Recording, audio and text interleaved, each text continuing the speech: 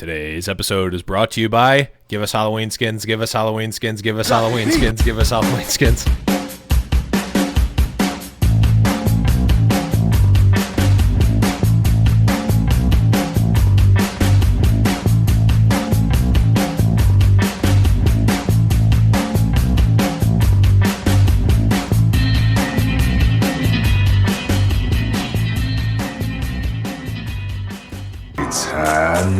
Hello, everyone, and welcome to High Noon Podcast, the competitive Overwatch podcast. I'm your host, Blevins. With me, as always, is Deathblow. What's up, buddy? Not too much, man. How are you?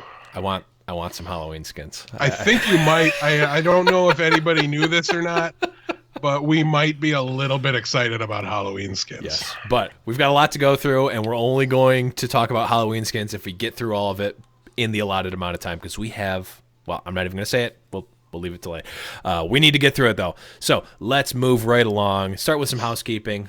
Guys, we have a sad panda today. Death, we didn't get any new iTunes reviews. Sad boys.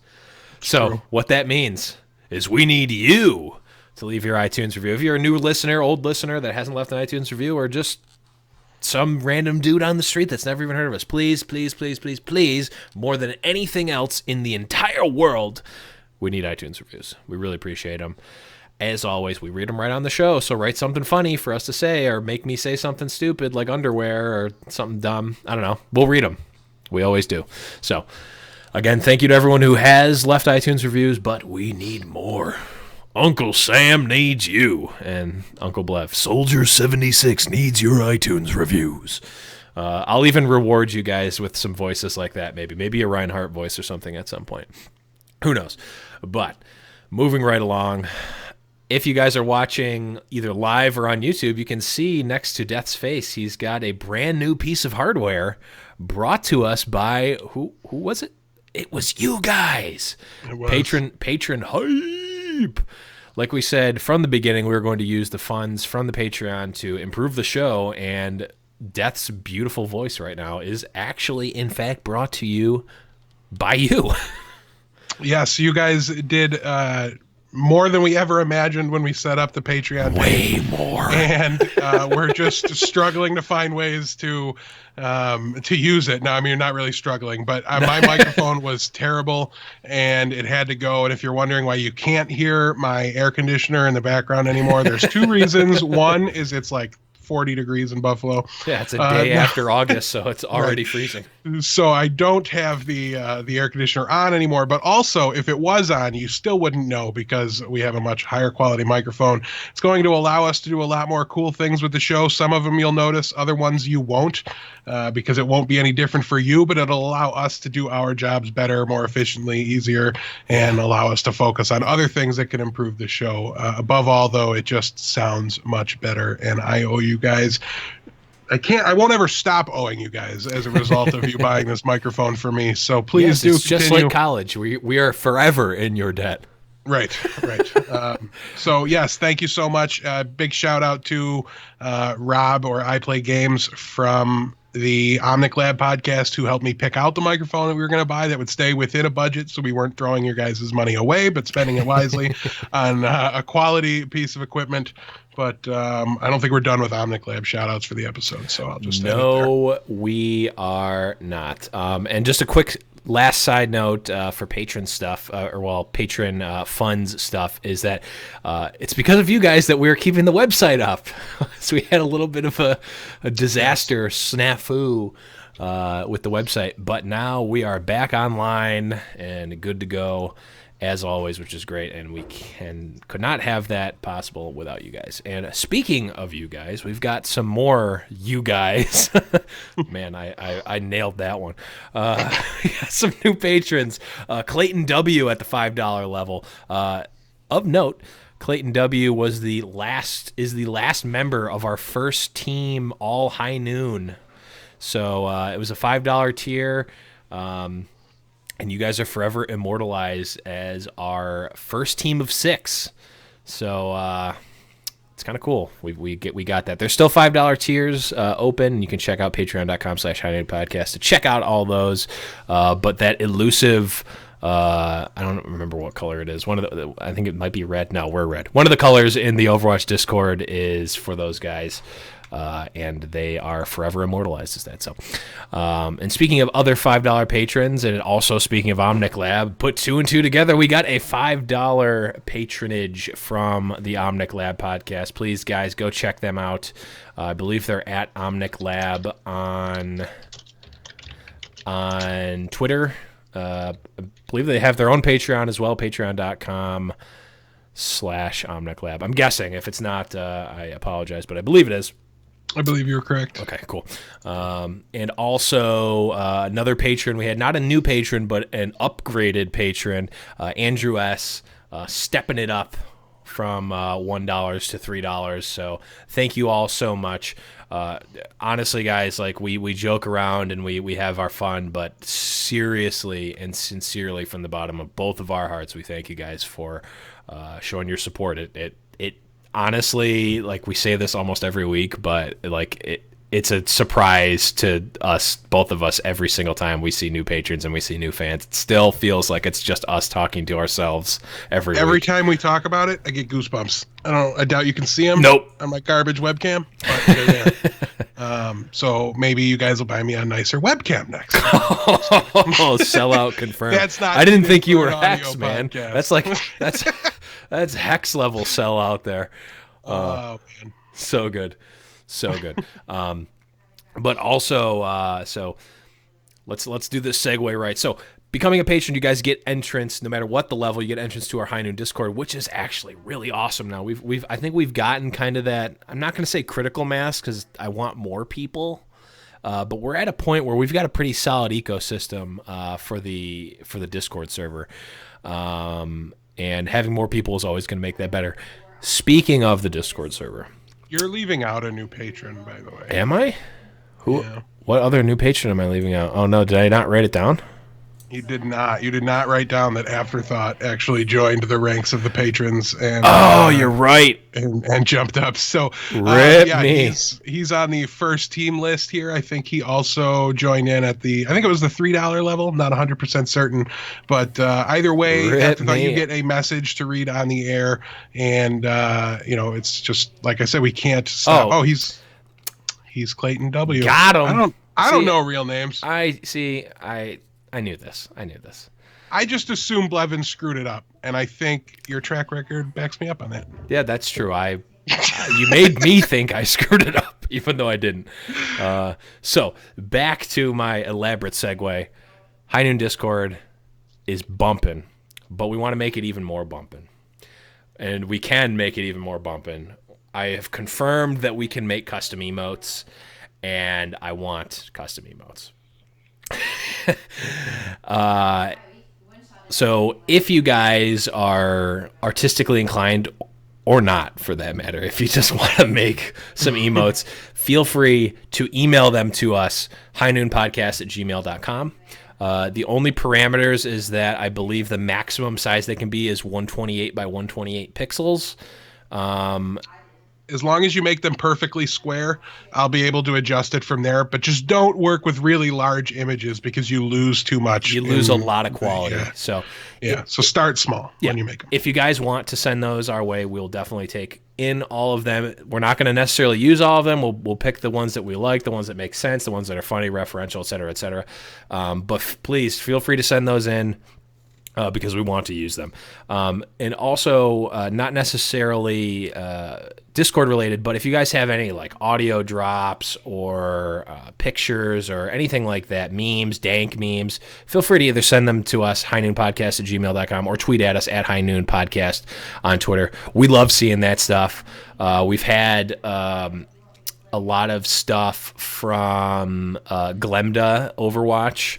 They've sent us a number of graphics that we actually used for our business cards, which I don't have one on hand because I'm amateur, but the audio guys can't see it anyway. So, and we've also gotten some other stuff as well. So really appreciate that stuff, guys. Love seeing it.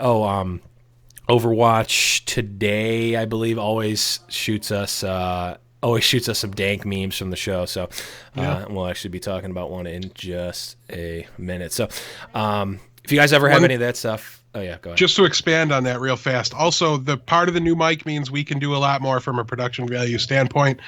We can start to incorporate more audio clips and drops like you'd hear on a radio show or some other bigger podcasts. And that's something that is open to us now. So if you have anything, if you have something for like match of the week, or if you think you can mix up something for Let's Break It Down that's better than just Lucio saying it, really the sky's the limit. Like the Blevins said, we might not use them all. We definitely won't use, a good portion of them that come in, but we'll always appreciate it and get some enjoyment out of it personally. And if we get enough, we'll rotate them in, things like that. And so, yeah, feel free, always willing to accept any art submission at all that you guys have for the show. We'll do our best to find a way to use it. Gives you a way to actually become part of the show. Yep. Oh, and actually, speaking of that, we had Lucky 7 that made our actual little like overlay for Twitch too, which was awesome. Fan submitted. So we love using fan stuff, not just because I'm lazy and untalented and can't make my own stuff. Also, in addition to the fact that I'm lazy and untalented and can't make my own stuff, I also love seeing what you guys come up with. So that's that. Let's move on. We've got a lot to talk about. What did we do last week? Deathblow. You want to start us off, buddy? I streamed kind of a lot. It's still a little tough because football obviously eats up a lot of nights. But with the 90s baseball, that's all I have to say to you. With the new microphone got me real excited to try things out. And I went in thinking, well, I might not be able to stream Overwatch, but I really want to use this nice new toy I got. So I went to go stream some Hearthstone, and it turns out that my CPU couldn't handle streaming that, which led me to fixing the actual problem. And now I can even stream Overwatch again. Nice. So that's really the primary focus for what I will be streaming is Overwatch. I'll leave my card games off stream or, just a supplement to it, maybe after some ranked or something. But there's zero lag now when I stream Overwatch, so I'm definitely going to be back doing that quite a bit. And I hope you guys join me because the viewership was pretty sparse as I spurned all my viewers from the old days by quitting for a year and a half. Who knew that would happen? Yeah, that is what happens. And actually, I experienced that firsthand as well. I started streaming on Wednesdays. I've only done it once, but I'm planning on streaming this Wednesday. So if you're listening to this in the morning, today or tonight, and it's been a lot of fun. I've been playing some Overwatch. I've been playing Battle Right as well, which has been really fun. Okay, it's not a boring game, and you know it. You just don't want to pay for it. I got bored of a clone of it from the past. Oh, did you actually get bored of Bloodline Champions? Oh, well, yeah. Fair enough. That's the only reason I'm not spending money. I would totally like to play it again. Yeah. It's just I'm not going to. It's going to be free to play. It is. Confirm Marinoed. Okay. Fair enough. But I've been playing those two games mostly on stream. I actually also started using this new streaming software called Game Show. The verdict is out on it. So far, it seems kind of cool. I had a couple of problems that may or may not, and I actually mean may or may not. I'm not saying that facetiously. That may or may not have been caused by Game Show. I don't know. But I'm gonna work out the kinks. They had some really cool layouts on there. So like I have like a pre-made layout, and it integrates with Twitch alerts like seamlessly. Oh, natively? Yeah. Nice. Yeah. So that's one of the that was like the biggest thing. Like I was like, okay, blah, blah, blah, just give me my free shirt when I was at TwitchCon. And then they're like, it integrates natively with Twitch alerts. I'm like, Oh, you were like, oh my. Oh my. Egg. Well, now nobody's going to be surprised by my new follow and donation. Well, they were going to until you just spoiled that that's what they were. It's okay. We can edit this out of the show. I'm not going to. We won't, but we could. But I could. So that's pretty much what I've been doing, playing a lot of games and stuff. I've been reaching out to people. I'm only going to tease this the smallest amount. I had a very interesting Twitter message conversation with someone that is very interesting to have a Twitter message conversation with. Haven't heard anything back yet, but it was very interesting. So I'm going to put a pin in that. I'm not going to say anything more on it. And there's more people that we're reaching out to as well. Everything's happening. The world is our oyster and your oyster as well. Join us on this magical journey of High Noon Podcast. I need to make that into a commercial. Whatever, that's better than Stairway to Blevins. No, Stairway to Blevins is the greatest thing ever. Um, but let's move on. So what did you guys do last week? Had our regular dank meme from the show created. We actually had two. We had one of, I didn't post it in the notes, but I remembered it. We had one of Deathblow that says "We can hear you now," and it's got like the old Verizon commercial, or "We can hear you now." It's got Deathblow's face put on the old Verizon commercial guy's that body. one It's in the Discord. It's in the Discord. I don't even remember who made it, but it's in the Discord for sure. Because Deathblow muted. A. Smith made it. That's awesome. Yeah, A. Smith made it. Muted his mic during an interview last week, but it's neither here nor there. The interview came out really great, and honestly, like before, when I was listening to it on my own before the show started, I didn't realize that it was edited. So kudos on you for your editing, not anti-kudos on you for the lack of mic muting. I figured out what it was. It wasn't that it was muted, though. Were you just holding control the whole time? No, Voice Meter was set up to work with my XSplit, and I never, because I don't stream, I never took it away. So the mic input was wrong. So it wasn't muted. It wasn't anything that should have jumped out at me. But I should have just done a volume check to make sure everything was okay before we got it. Yes, that should have been done. But we learned from our mistakes, and it turned out to be great anyway. So, but we also had another meme. It was Deep Thoughts with High Noon Podcast, which I feel like should almost be its own segment on the show, considering the amazingly awful things we say from time to time. It was my insight that I came up with, which is great. If you watch YouTube vids at 2x speed, you get a calculable percentage of your life back. It's true. I'm saving lives here. You basically just like you just gain extra time. You just take those like if it's a 3-minute video, you take that minute and a half, put it in your pocket. You've got that now. That's back to now you. You can go watch a whole nother 3-minute YouTube video at 2x speed. Exactly. You know when people are like, "Oh my god, I'm never gonna get that minute of my life back." Wrong. Watch a video at 2x speed, you get it back. Brought to you by the Blevins Time Traveler. But let's move on. God, this has been a loopy episode already. I love it. Let's move on to the tournament talk. We had not a ton of actual tournaments played. We had some. Had a couple. But more of like the setup for what's to come. And let's start it off like we always do. So we had the Alienware Monthly Melee. Top 4 of that contained Cloud9 Complexity, Liquid, and FaZe. And Cloud9 beat Complexity 3-1. Pin. We'll be talking more about Cloud9's roster for that event and going on in the future in just a second. Unpin. We had the OGN APAC Season 1, which is that huge Korean esports organization league that we talked about. It started, it looks like only about one round has been played so far, so not going to go over too much of that, but keep an eye out for the OGN APAC Season 1, as well as the APAC Premier Playoffs, which have been played, or the group stages have been played, and we have the playoff members for the APAC Premier playoff, the APAC Premier. We have NRG, Snake, Luna, Tichai. I don't know what that is. VG. What's that? Yeah, exactly. VGOW, Afriques B. I feel like I'm going to accidentally swear saying these names. Rogue, All Strike, and NGA. So, interesting little lineup. Obviously, some that we've heard of before, Rogue and NRG, and I don't think I've actually heard of any of these other teams, though. We will talk about Afriques B, at least in some capacity, in a little bit. But moving on, we had the DreamHack Winter EU qualifier played out, and we saw Ninjas in Pajamas, Ninjas with Attitude, Misfits, and LG in the top 4 of that qualifier, and Ninjas in Pajamas won 3-1 over Misfits. And Death, why don't you talk to us about our match of the week? Yes.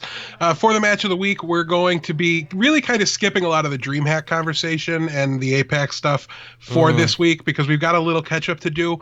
But we're going to focus on the Alienware Monthly Melee. Guys, I know this took place in October, but I just need you to realize that it was the September Alienware Monthly Melee. There wasn't one in September. There should be two in the calendar month of October. So keep an eye open for another one of those to be coming again soon. But I believe it was the lower bracket finals, and I should know because I literally have the match open right in front of me. Yes, it was. The lower bracket finals for the Alienware Monthly Melee was Team Liquid against Complexity. It was a really, really close match.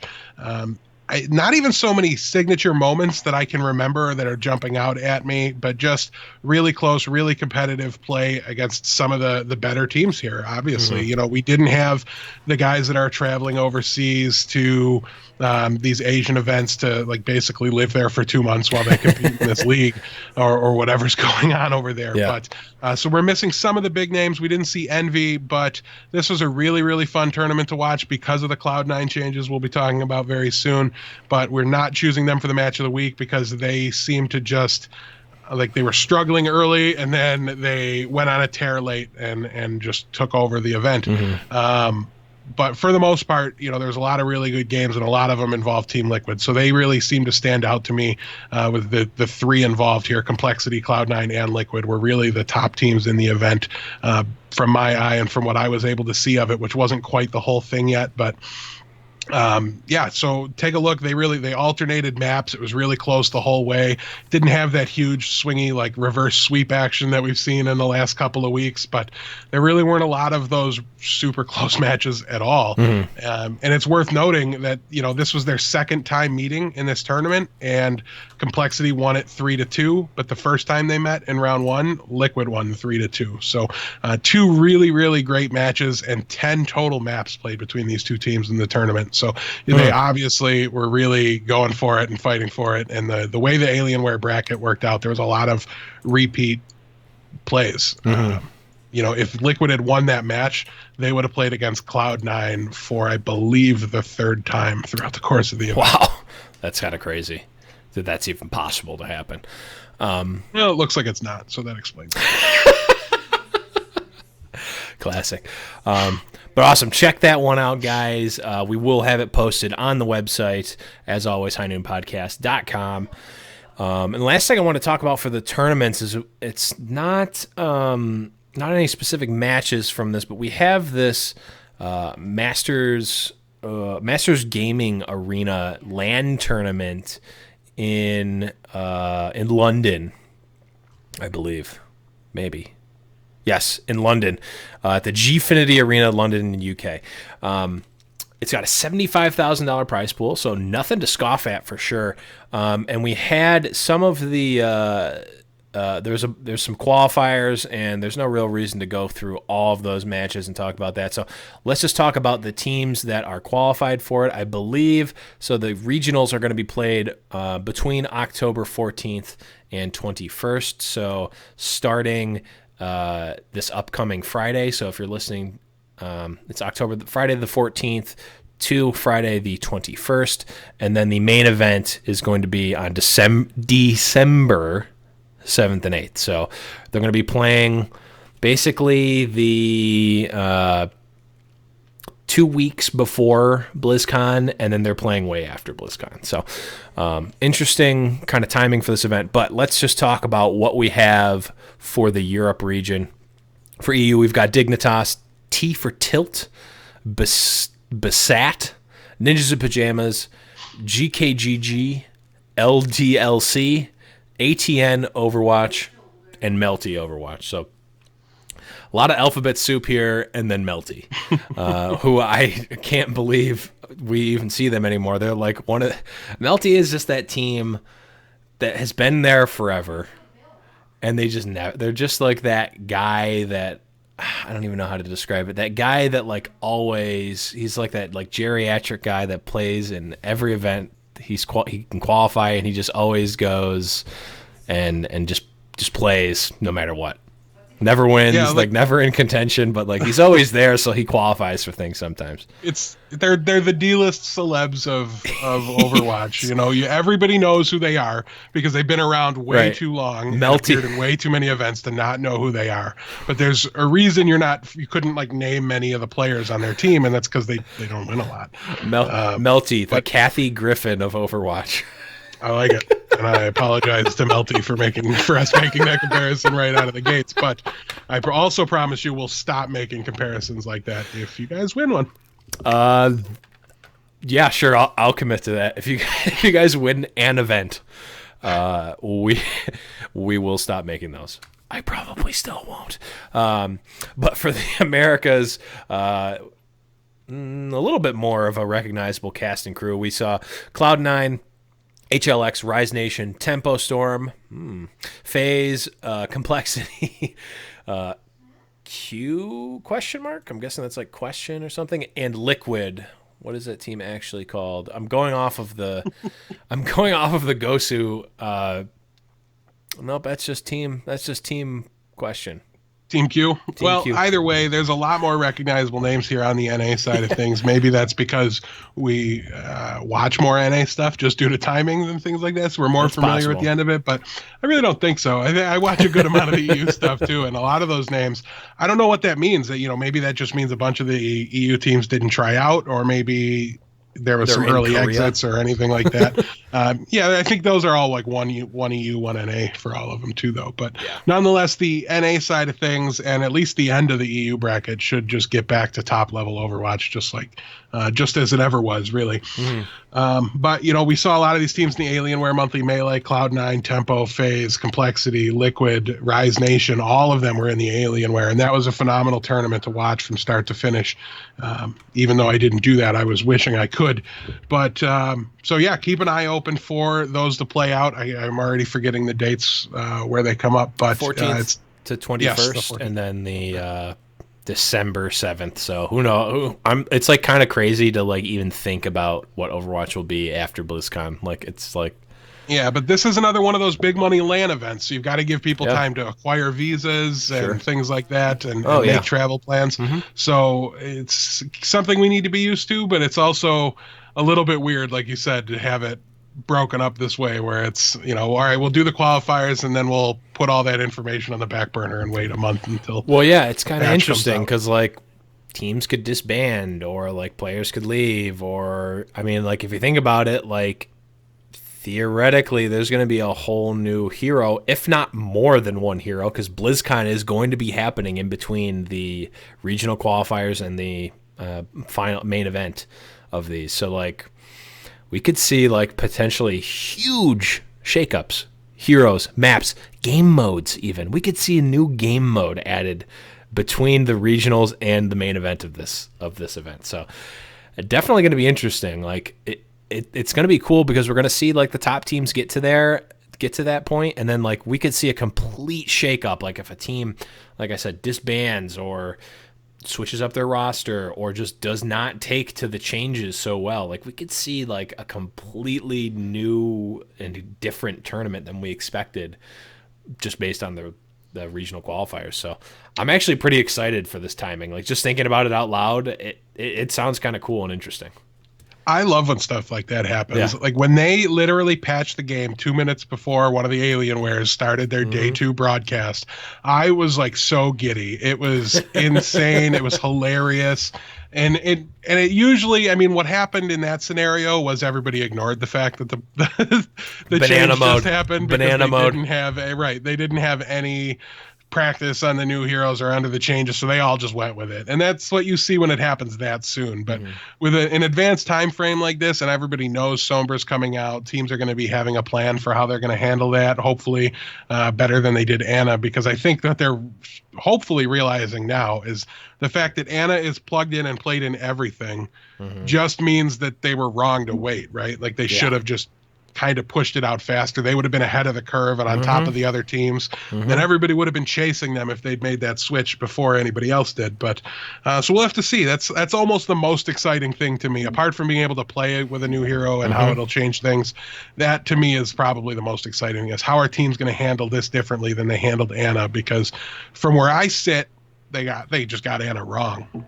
Yeah, I mean, and we kind of called it. Like, we thought like Anna had the potential, and we thought that people were just using her wrong, or maybe like we weren't 100% right.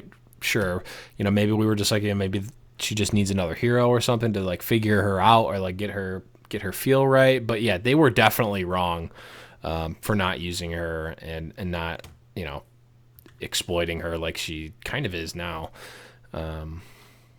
But I mean, yeah, it's a habit of these MOBA style games and these shooters, is when you release a new hero or a new champion or whatever it's called in that game, they're typically kind of overpowered, because that drives, and in this case it doesn't drive sales, so there's less of an incentive there because they're all just free. But you want it to feature it. It's the same thing with Magic. It's why they changed the Pro Tour being standard every time. It's because you need to feature the new stuff that comes out in order to get people interested in it and to get the hype and build it up and make it real that it's come out. So to ignore a new hero early on after their release, I think, is a tactical mistake, and hopefully one we don't see happen again. Well, I mean, I wouldn't mind seeing it. I just want to see the team that actually like innovates it and is like, okay, this is how Sombra works. Like, you plug her chip into Junkrat and then just go ham. Oh, did I? I mean, I don't know what Sombra does. What if we just got hacked by Sombra right now and like in the middle of the show? How sweet would that be? That'd be great. It would have been the greatest thing ever. But since you beat Jeff Kaplan in a 1v1 in Kings Road during closed alpha, you've ruined our connection with Blizzard. So, yeah, well, that will never have any insider stuff. Nope. And that joke will also never die. Hold on. Jokes. Never die. I just did Heroes Never Die, and I said jokes. But what was really weird was that it was the old Mercy voice, and I hadn't heard that voice in a long time. So I'm like, what is this? So really weird. But let us move on. We're actually making pretty decent time, but let's move on to regularly scheduled segment. Oh, let's break it down. Yes, please. Let us break it down. We had some roster changes, man. Just a couple of big ones. Death, you want to talk about those a little bit? Absolutely. So we mentioned Cloud9 won the Alienware monthly melee, and we alluded to the fact that they made some roster changes. What we didn't tell you yet is that half of their roster was different. It was not a minor change. This was huge. They kept Kai, they kept Adam, and they kept Surefour. And they now parted ways with Reaper, Grego, and Debit. I know Debit wanted to focus on his non-video game based career. He wanted to adult a little bit and work on his real life instead of his in-game life. Wow. So questionable life choices abound coming from there, but in all seriousness though, can't ever blame a player for that. If it doesn't look like you're going to make a serious living off of it, you need to worry about what you're going to do with your future. So however, it does appear Grego left. He cited I put a post up on Reddit. He cited just some personality conflicts. So it didn't sound like there was a huge issue. It was kind of suspected, right? Like, I was fairly pleased with how they did in the LAN tournament. They left in a round that was too early, but when you leave losing to Envy, I don't want to I just don't blame teams too much for something like that happening. No. But nonetheless, it didn't meet their expectations as a group when they left the tournament, and it's not a huge surprise that they made some changes. What I did think was really cool was who they brought in. Obviously, I was excited. You were very, very excited that your best friendo, Mr. Mendo, was one of the people that were brought in. Also, we saw Wolf, and I don't remember off the top of my head the teams he's played on in the past. I want to say Northern Gaming Blue was one of his old homes, but he's been typically a DPS player. Obviously, what was left of their roster was one tank, one support, and one DPS. So with Mendo holding down the other DPS role, Wolf had to step in and play support. He did a fairly decent job. Mendo was, by the way, just off the charts ridiculously good. He seemed to mesh really well with the team. They had really great synergy, and you could see it building as the tournament went on. It just I think they lost their first round in the group stages. And so it would have, that's right. There was a group stage, so it would have been 3 times that they played Tempo if Tempo won the finals. You mean Liquid? Yes, them too. They played both of them 3 times. That's all they played. Right, they just played matches against them the whole time. But yes, so they had a really, really great run. Obviously, winning the tournament is a huge boost when you're changing over half of your roster. To still go out there and to beat the teams that they did, to me, was really, really impressive. So I think we're definitely going to see at least Mendo stick around on the C9 roster. I also, the last fill-in was Rib, who was the tank fill-in for Skipjack for Misfits when they won the tournament. So an obvious choice to bring in and try out. He had a really solid day. He's not Reinforce. He's not Winghaven. He's not one of these Reinhardts that makes the flashy plays. Basically, he's my kind of Reinhardt, right? He forgets that his shift button works on his keyboard, and he doesn't use it. He stays back. He defends the team. He protects them. And that's what I like for my Reinhardt. It's obviously a little bit more fun to watch the other style for sure. But, as far as from playing's perspective go, I thought he did a phenomenal job. And, he's kind of like, when you play that style of Reinhardt, you're kind of like Lucio is, and that you're only mentioning them or noticing them when they screw up. Yeah. So I didn't really notice him a lot, which is a big deal, especially since C9's signature play and their strength to me has always been the quality of their tank play, from the days of being able to hero stack and play double Winston to even on into the afterwards. That was really what carried them in their most successful moments was Kai and Debit. So a really great fill in there. The one player I don't think is going to stick around of the 3, if I had to guess, would be Wolf. He just seemed a little bit off and a little bit uncomfortable, and I don't blame him for it because when you're a DPS player moving into a support role, I mean, obviously you're still going to be good at shooting your gun and all that things, but that's not your job, right? Right. And we all know after watching Misfits and Hidan and how well he did on Ana, the Ana role is really, really important. So I would expect they're going to look elsewhere to fill that last support role, and if for no other reason, then I don't know that. I mean, clearly he accepted the tryout, so he has some interest in doing it and playing support, but I just felt like he seemed better to me I didn't see him a ton initially in his DPS roles, but I don't know. I remember him from playing damage, and I didn't like what I saw too much when I saw him play support. Right. There was just some moments, for the most part, solid. I'm nitpicking here, but here's the question for you personally. So sure. Let's just say you're a full-on DPS, like that's your number 1 class, absolutely best. It's like leaps and bounds above your support and tank. Do you, if you're offered a position from a team, play the tank role on that team, or do you hold out to play DPS on another team? If you're a really good DPS. Well, I would do what I'm kind of suspecting this was, and it was I would try it out. I would go play with them, and see how it felt and kind of make my decisions from there. And he might they won this tournament. I don't know how many tournament wins Wolf has under his belt. He might feel great about it. Now it's at least one. Right. And when I say he had an off day or he looked a little uncomfortable, he switched roles. He should have been uncomfortable. He's not used to the positioning, what they were asking from him. And the fact that they won might mean the team is completely comfortable waiting for him to get caught up to speed on support. The fact that they won might mean he's perfectly happy playing support. He's a little bit like me in the sense, I don't care what I play as long as it's not Reinhardt and we win. I don't care. So he might be very, very okay with it. He was just the one that seemed to stick out a little bit more. So I don't know. Personally, I would rather play the role that I want to play in. But if I'm talking about pro level at the top, I don't care. It's not about when you're getting paid to play the game. It's not about you having fun anymore. I don't have fun when I go to work every day. Sorry, if my boss is listening or one of my coworkers. I don't have a ton of fun when I go into work. I just I go because I need to pay the bills, and I don't dislike my job. It's just it is what it is. Right. It's called work for a reason. Otherwise, it would you wouldn't get paid for it. So, right.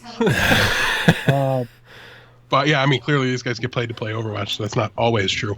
But, you know, so we'll have to wait and see exactly how they kind of shake things up. But it was a really, really promising showing. Obviously, to win the tournament was, I think, more than anybody really expected them. And I think I even got that vibe from the broadcast as they were like following them very early in the tournament. Like, let's watch everything Cloud9 does with this new roster because well, they weren't sure how long they were going to last, how it was going to go. And you want to make sure you get a look at it. And also, kudos to Cloud9. A lot of teams would just go into hibernation, replacing half their roster. True. You wouldn't see them. They'd be doing all this in scrims. So shout outs to them for having the cojones to go out there and enter a tournament. The open tryout and the most open it could be.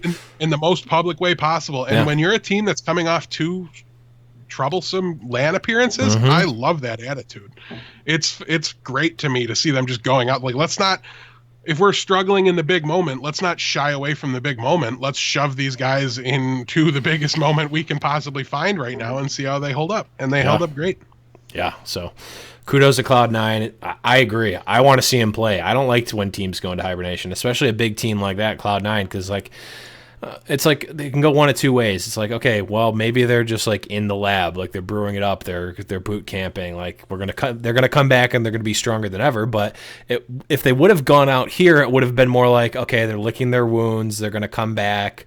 Probably not what they once were in their former like untouchable glory, but they're gonna come back and it's gonna be okay. But no, they're just out there, they're playing. I mean, granted, it was a pretty big tournament, so you don't want to shy away from that necessarily, but yeah, I agree wholeheartedly. Let them play, let them get the tryouts in there, the fill-ins, whatever you want to call them, or whatever they were. I mean, they might not have been tryouts, they may have just been fill-ins, but yeah, get my best friendo in there, get him playing some Tracer, McCree, some DPS. Let's see him kill some dudes. So, well, while I stretch here and get ready for talking about the Dignitas roster moves, why don't you fill everybody in on the last one? Yeah, so we he was a sub, right, for Misfits. He was in the E-League finals. Hidan is now officially confirmarinoed on Misfits. So really no huge surprise there, though. Like you mentioned, I think we were talking earlier, you mentioned that it would have been kind of cool to see him go to Cloud9, but I think that's probably one of the reasons Misfits locked him up.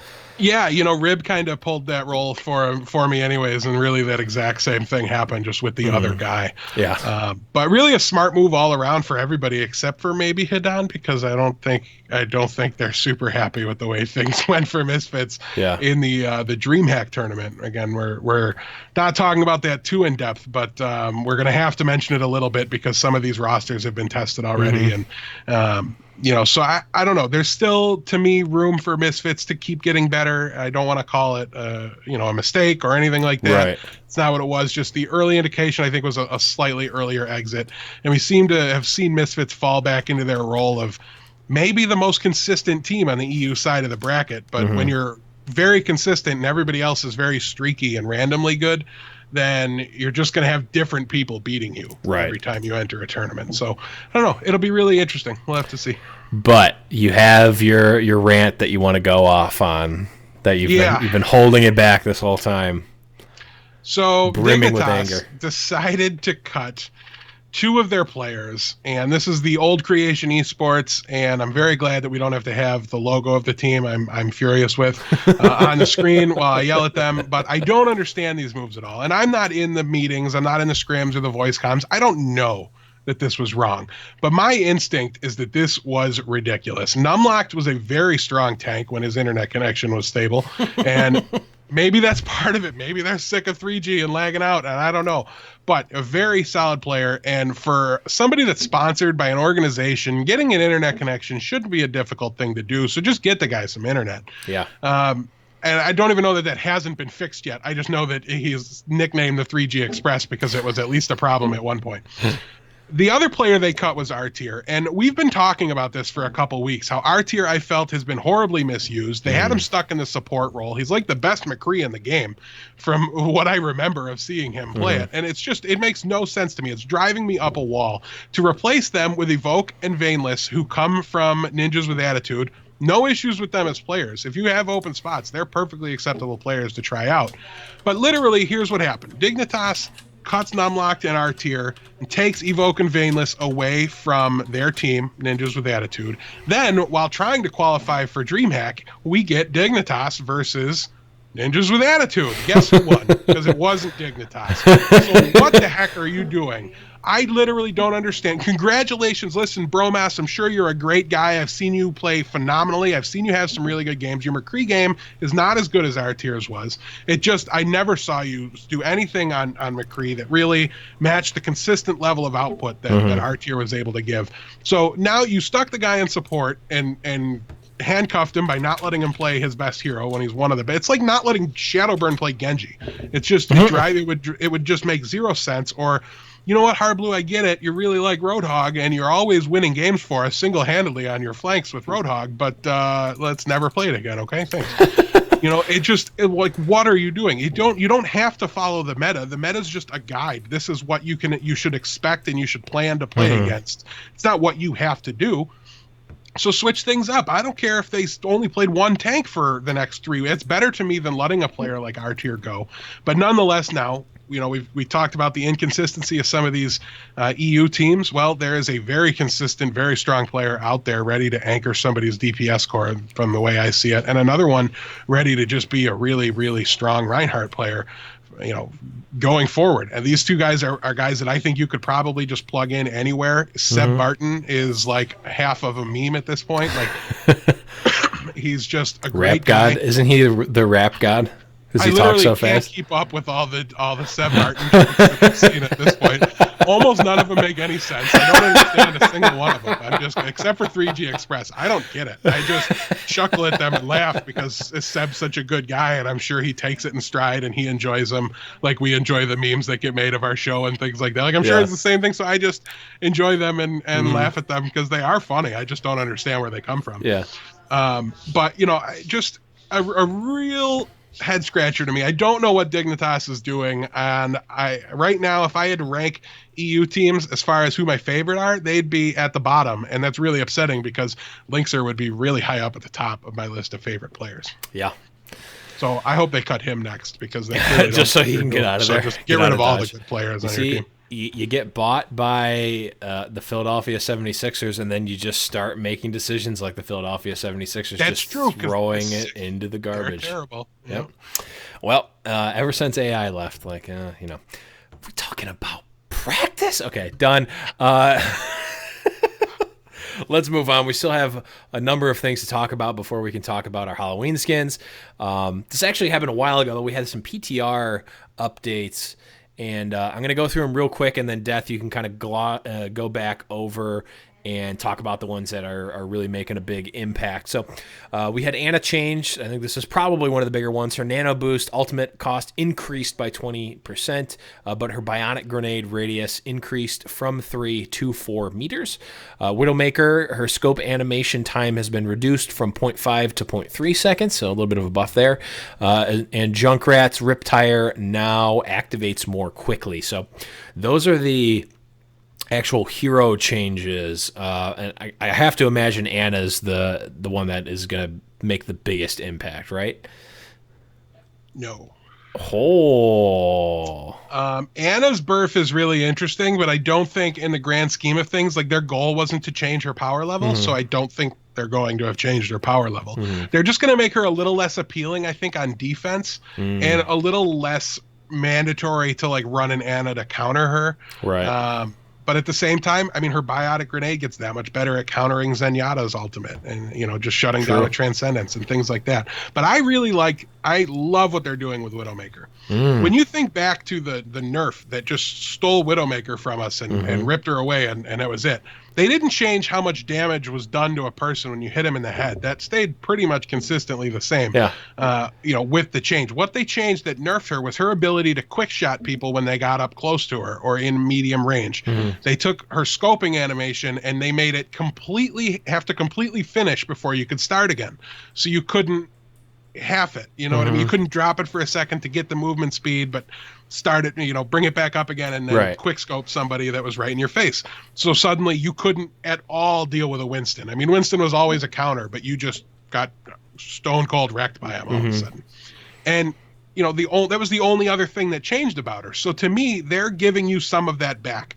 They're taking away some of the penalty for that. And when you think about it, the scoping in animation time is reduced, the scope out hasn't, but I don't know if they're the same, and it might just be mirrored, and now that's shorter too.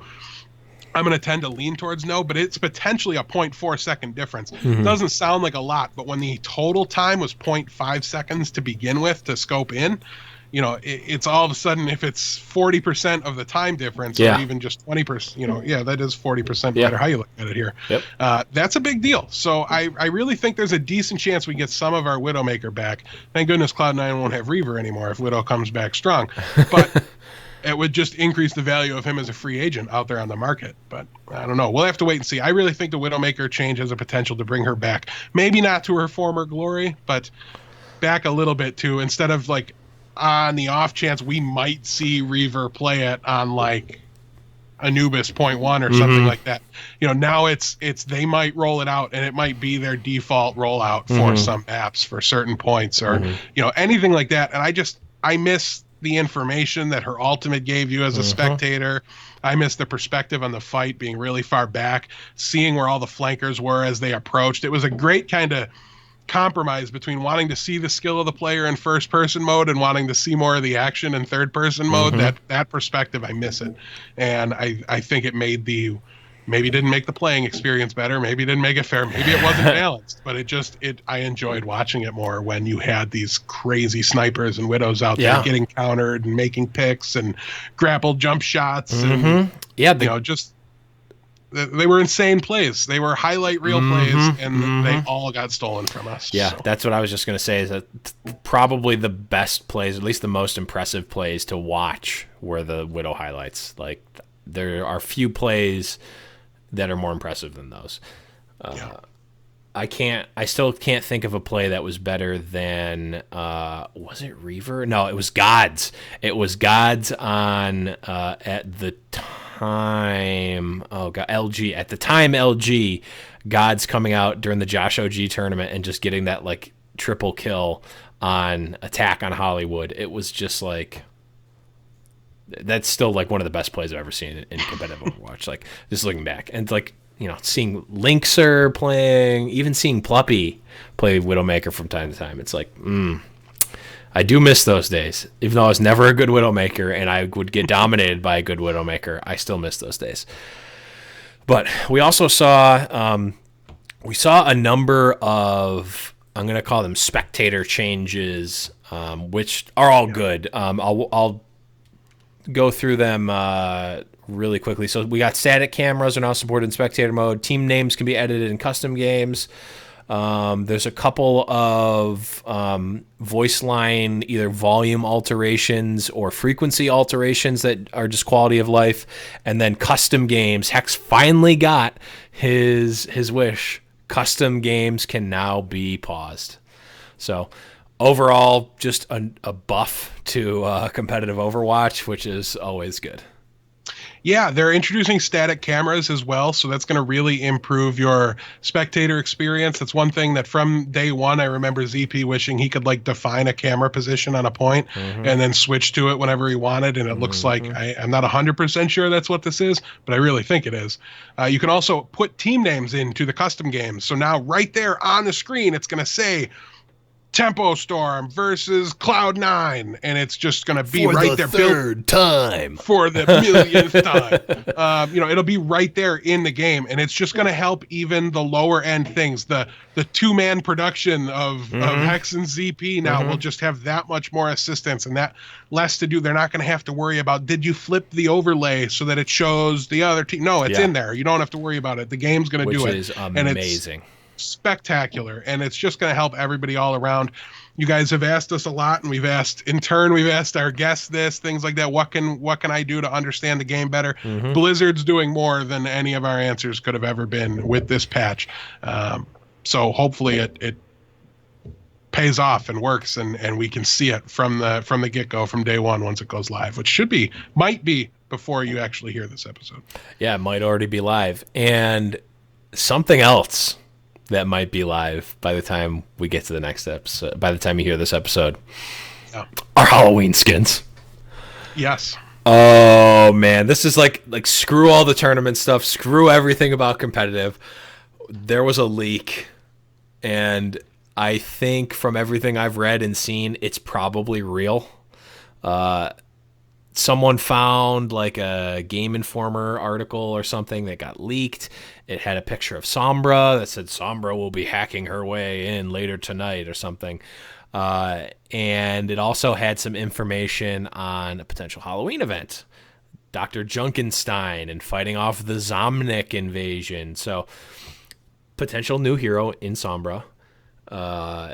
Potential Halloween event, which... Oh, and the other thing that got revealed even before this was actually someone in Xbox client went to the store and there were Halloween loot crates available that said they contain Halloween items. One of which had a picture of Sombra's skull on it. One of which had a picture of Sombra's skull. So all the pieces are falling into place here. And available on the Google Play Store, we also saw a new Overwatch digital comic that was Halloween themed. Dr. Junkenstein. So we're seeing it all fall into place. So I didn't know about that one. You just made me sad that they're going to screw up the Frankenstein's monster costume. I told you, I was telling you that. It should be Reinhardt. No, man. Reinhardt is actually really stupid in that comic, so don't look at what it is because it's sad. You can call him Reinstein. And I literally called one of my buddies in high school Reinstein. I wanted it. I was very invested in Reinstein being a thing. Sorry, bro. It's Dr. Junkenstein and Junkenstein's monster, which is Roadhog, which fits flavor reasons more, obviously. Okay. I can see that a little bit, but as long as they're not trying to make Junkrat the monster. No. Junkrat is Dr. Junkenstein. But that ruins Roadhog because he just needed to paint his belly like a big pumpkin. Well, we might see Reaper. We might see Reaper with a pumpkin head, like Jack Skellington, which is awesome. Or like a headless horseman or something. A headless horseman, whatever. Reaper. Yeah, exactly. That's what it kind of looks like. Witch Mercy. First of all, I mean, Roadhog's skin he needed to have two. He needed to have the Great Pumpkin. He still could. He needed to be in a tutu. Ballerina Roadhog would be pretty strong. But here's the thing with Roadhog. He already has two good legendaries. Some people don't have any. There's no good Zarya legendaries.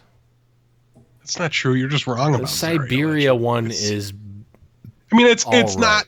Yeah, it's passive. It's not bad. It's not bad. Don't get me wrong. That one's not bad. The other two are bad. Well, so what others are on your wish list here? What do you want to see? What do I want to see? I want to see a good Anna, or not Anna. Sorry, a good diva. I need a good diva legendary. I don't know what it would be. Like her, like in a cardboard box or something. That would be kind of cool. If it was just diva mech, but it was a cardboard box diva mech, that would be so sweet. Diva in her own going as herself for Halloween. Yeah, but the mech is a cardboard box. Right. I can see that. That would be kind of cool. I want to see that headless horseman Reaper. I want to see the Roadhog, all of the Roadhog things we talked about, the Frankenstein's monster, the tutu. I'm all in on the tutu now. I really want the Roadhog tutu. And the big pumpkin would be awesome too, because he could eat pumpkins or breathe in pumpkin. Like that would work. Reinstein would be sweet too. Who else do I want? So part of me really wants to see these guys dress up as each other, but you just can't do that in the game, right? Like, you could have everyone have a Reaper skin. Right. I would just love true. to see like the snipers trade. Like Anna could go as Widowmaker and Widowmaker could go as Anna, but obviously you just can't have that in the game. Oh, they do that in way Heroes too of the confusing. Storm. Yeah, but I don't know. I personally don't think it could happen. No. I'm trying to remember. I'm not meaning to not give anybody credit if you had this idea and posted it online. I saw plenty of these online. Skeleton Zenyatta seemed phenomenal to me. Yeah, Skeleton Zenyatta would be sweet.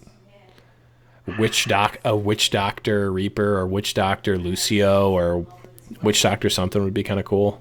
Right. It's tough. I can't think of one for Winston because like he already has the base. Human Winston, boom, boom. Human Winston. Harambe Winston. He's just got no armor. Oh, man. Armor, and instead of a Tesla cannon, he's carrying a small child. Okay, so this is what they need to do. Blizzard, listen here. You will make millions of dollars. Make an exclusive for $5.99 to make a Harambe skin. You can only buy it for until Halloween. A Harambe Winston skin. $4.99. All the proceeds support the big esports tournament that you're going to be hosting at some point. Do that. Crowdfunding. Harambe skin. Easy. Easiest $5 million you've ever made. So now that we got you all excited about the idea, please don't, because that meme is so overdone and so dead. I'm so tired of it. I cry every time. You would. You know what? You know what the best part about these Halloween skins is? What's that? They make us completely forget about Sombra. Like, I just don't care about Sombra. I care about the Halloween skins. Anything other than his. I mean, my birthday is on Halloween. Halloween is my day. I love Halloween. Yeah. So I am all in. I'm like making Halloween. sure I This prestige Halloween. as the event starts, so that way I can just play and get like 10 loot boxes in This 3 is games. Halloween, red and black and slimy green. Sorry. You're not that sorry. No, I'm really not. So I'm all in on this. If you guys have any awesome Halloween skin ideas, we want to hear them more than you would ever believe that we actually want to hear them. So please do let us know. Football player Winston. Ooh, that's a good one. I like it. That's a pretty good one. Yeah. Yeah, and also, like within the Halloween event, they mentioned this thing, and it wasn't a full like description. It was just a little snippet. It was like band together to fight the Zomnic crisis, and Dr. Junkenstein. Like that was part of the Sombra thing. So like we're potentially seeing a tavern brawl or a brawl where it's like PvE maybe, like going up against, like fight through the castle and beat the Zomnics. So we might actually see some like PvE content, or like a horde mode. Yeah, like a horde mode, or we might see like one team is the defenders and the other team is the Zomnics. We might see that too, which would be kind of cool. I'm just like excited. Left 4 Dead 2 style, where you control the enemy. That would be really cool. I love Left 4 Dead. It would be pretty sweet. So super excited about literally everything that has to do with it. I just hope it comes out soon. Hopefully you guys are hearing it, are playing it before you even hear this episode. So Ghost Genji Witch would Mercy. be sweet. I'm too. looking at ones online now. Yeah, we could go on forever, but we do need to wrap it up. Do you have any last minute one? Any ones you really want to get in there? Halloween costumes? Yeah. No, not under this much pressure. Okay. I'm just looking online. Okay, here are 2 of them. Slimer Winston. He's big. Slimer Roadhog. And Ghostbuster May and Zarya. There it is. We got there, boys. Okay, I know who Slimer is now. Slimer from Ghostbusters. Yeah, I definitely watch those movies. Yeah. I think I've seen. Don't talk about my taste in movies. Will anger way too many people. Yeah, that's true. That's for Hex's movie night starting December 7th. I don't know. I just confirmed it. But let's let us end it here. Death, do you have any last minute shout outs or anything you want to talk about before we get out? For one thing, I think it's worth noting that next week on the show, we will have another interview to air for you guys. We are going to be very shortly after recording this, we'll be sitting down and talking to Mangachu from Tempo Storm, a team that we have followed since I beat them in ranked play in the beta. As the Grouchy Desperados. Yes, as Grouchy Desperados. We've been following them for quite a while. We've been a fan of them. So they're starting to get back into things. They played in the Alienware tournament, but they were shortbread expert. And I believe he's their shot caller. So that's a pretty crucial person not to have there for a tournament. A little bit. So I don't know that went quite as well as they were hoping, but it's a little bit excusable as well. So listen, it's too late if you're hearing this. You're not going to be able to send us questions. That's one of the important reasons to follow us on Twitter. Or, if you want to get in on the patron Discord. Let this serve as a lesson. We talked about it there. We asked for questions there on Twitter, everywhere. Don't think we got a ton of questions. Our patrons definitely came through for us. Patrons sent most of the questions. Yeah. So, listen, we can't have you add in questions now if you're hearing this, but if you have any questions coming up about future ones, make sure you're keeping an eye on the Twitter account. Depending on when it gets scheduled and when everything gets confirmed and when we can announce it, we might not have the opportunity to tweet it. But nonetheless, keep an eye out for that next week.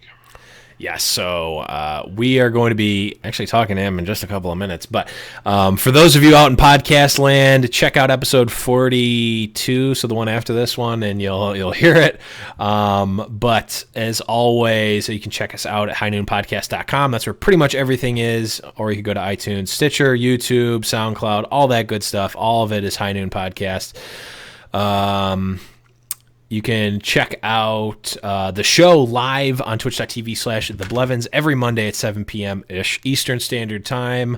Thank you to Creation Esports and Matcherino, our Season 1 partners. Thank you to all of our patrons for all their love and support. Thank you to Adam Hoek for the awesome outro music that you're about to hear in just a couple of seconds. And please, guys, remember that it is high noon.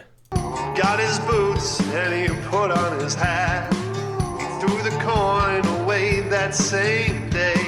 It's in his past and he's not looking back. He says, finding mine now, God's my way.